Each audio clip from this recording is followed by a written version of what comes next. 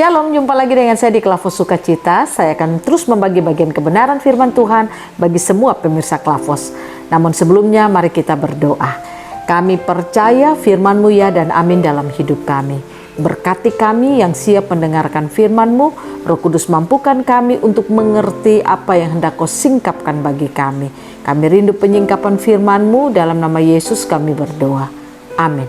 Bagian kebenaran firman Tuhan kitab Ibrani pada pasalnya yang ketiga, ayat pertama sampai ayatnya yang ke-6, demikian bunyi firman Tuhan. Yesus lebih tinggi dari Musa.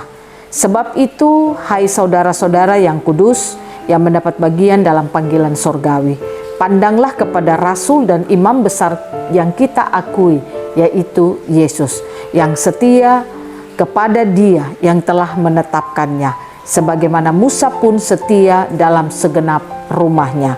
Sebab ia dipandang layak mendapat kemuliaan lebih besar daripada Musa. Sama seperti ahli bangunan lebih dihormati daripada rumah yang dibangunnya. Sebab setiap rumah yang dibangun oleh seorang ahli bangunan, tetapi ahli bangunan segala sesuatu ialah Allah.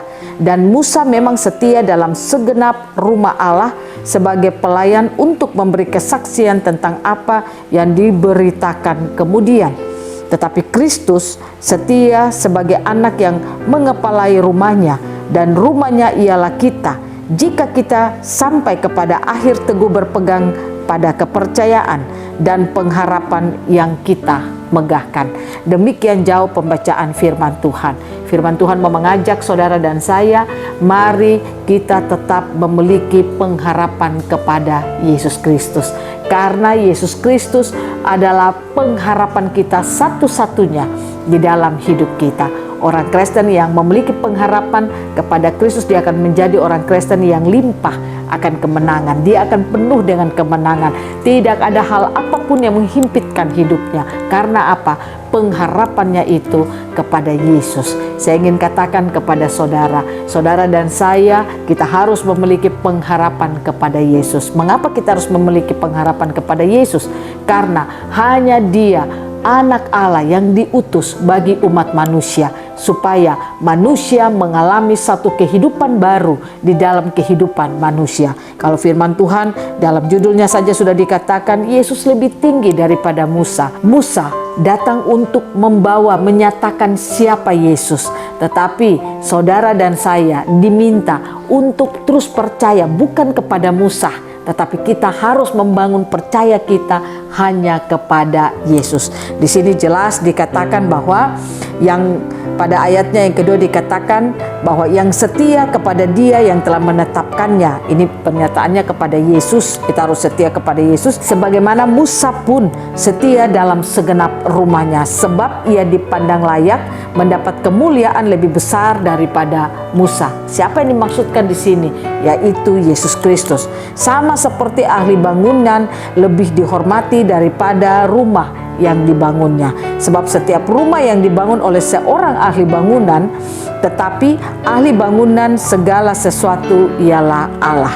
Kalau kita baca ayat kelima juga dikatakan, dan Musa memang setia dalam segenap rumah Allah sebagai pelayan untuk memberi kesaksian tentang apa yang diberitakan kemudian. Tetapi Kristus setia sebagai anak yang mengepalai rumahnya, dan rumahnya ialah kita, jika kita sampai kepada akhirnya teguh berpegang pada kepercayaan dan pengharapan yang kita megahkan. Jadi dikatakan kalau saudara dan saya tetap berpegang kepada pengharapan kita kepada Yesus Kristus, maka saudara dan saya akan menjadi orang-orang yang memiliki kehidupan yang berkemenangan di dalam hidup kita. Nah, firman Tuhan kalau mengajak kita hari ini untuk kita percaya kepada Yesus, saya ingin katakan kepada saudara, bangun percaya saudara.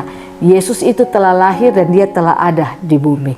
Yesus lahir untuk saudara dan saya. Dia lahir membawa kehidupan baru. Dia lahir membawa kehidupan saudara dan saya untuk mengalami hal-hal yang telah Allah tetapkan bagi hidup saudara dan saya. Oleh karena itu, mari kita belajar untuk membangun kehidupan kesetiaan kita kepada Yesus Kristus. Bagaimana atau apa yang akan kita lihat sebagai tanda kita membangun kesetiaan kita kepada Yesus Kristus? Yang akan saudara lihat dalam hidup saudara yang pertama adalah saudara akan hidup setia, mendengarkan firman-Nya dan melakukan firman-Nya. Karena bagaimana kita mau menyatakan kita setia kepada Tuhan kalau firman-Nya saja kita tidak mau mendengarkan? Saya katakan bagi saudara-saudara tidak mungkin mengatakan bahwa saya setia dalam pelayanan, saya tetap menjadi hamba-Nya. Saya katakan itu bukan jaminan, karena ada banyak orang Kristen mengakui dirinya hamba Tuhan atau dia aktif dalam pelayanan, tapi hidupnya jauh dari kebenaran firman Tuhan. Nah, itu berarti tanda bahwa dia tidak punya pengharapan kepada Yesus Kristus. Dia tidak mengakui dan dia tidak percaya kepada Yesus Kristus. Kalau kita mengakui, kita percaya, kita bergantung hidup, berpengharapan sungguh kepada Yesus Kristus, maka tandanya firman-Nya akan kita lakukan dalam kehidupan kita. Yang kedua, kita akan belajar untuk menjaga seluruh kehidupan kita tetap hidup akurat kepada Yesus Kristus. Kita akan menjaga kehidupan kita tetap clean, clear, dan pure dalam 4M. Marriage, money, moral, dan motif. Saya percaya kalau kita katakan kita berpengharapan kepada Tuhan, kita mengakui Dia dalam hidup kita, kita percaya kepada Dia, maka pasti kita akan menjaga hidup kita tetap akurat kepada Tuhan. Dan kehidupan yang kita jaga tetap clean, clear, pure di hadapan Tuhan.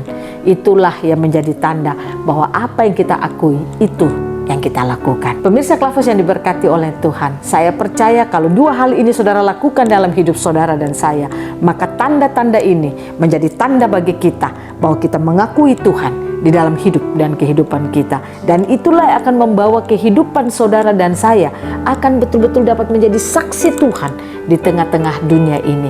Kita akan menyatakan siapa Tuhan yang kita sembah. Kita akan mampu untuk menyatakannya bagi sesama kita, dan kita pun akan menyelamatkan orang lain melalui hidup dan kehidupan kita setiap saat. Saya percaya ketika kita mau sungguh-sungguh kepada Tuhan, maka Tuhan pasti akan memberikan Roh-Nya yang kudus terus menolong kita, menopang kita untuk hidup sungguh-sungguh kepadanya. Biarlah Roh Kudus memampukan saudara dan saya untuk terus mengakui Tuhan sebagai Tuhan dan Juru Selamat kita. Kita akan terus berpengharapan kepada Dia, dan kita akan terus hidup melakukan apa yang Dia ingin kita lakukan dalam hidup kita. Amin. Mari kita berdoa. Terima kasih Bapa, firman-Mu ya dan amin dalam hidup kami. Kami sudah mendengarkan firman-Mu, Roh Kudus tolong kami, agar apa yang kami dengar, itu kami lakukan dalam hidup kami. Roh Kudus mampukan kami selalu, dalam nama Yesus kami berdoa. Amin. Shalom, Tuhan berkati kita semua.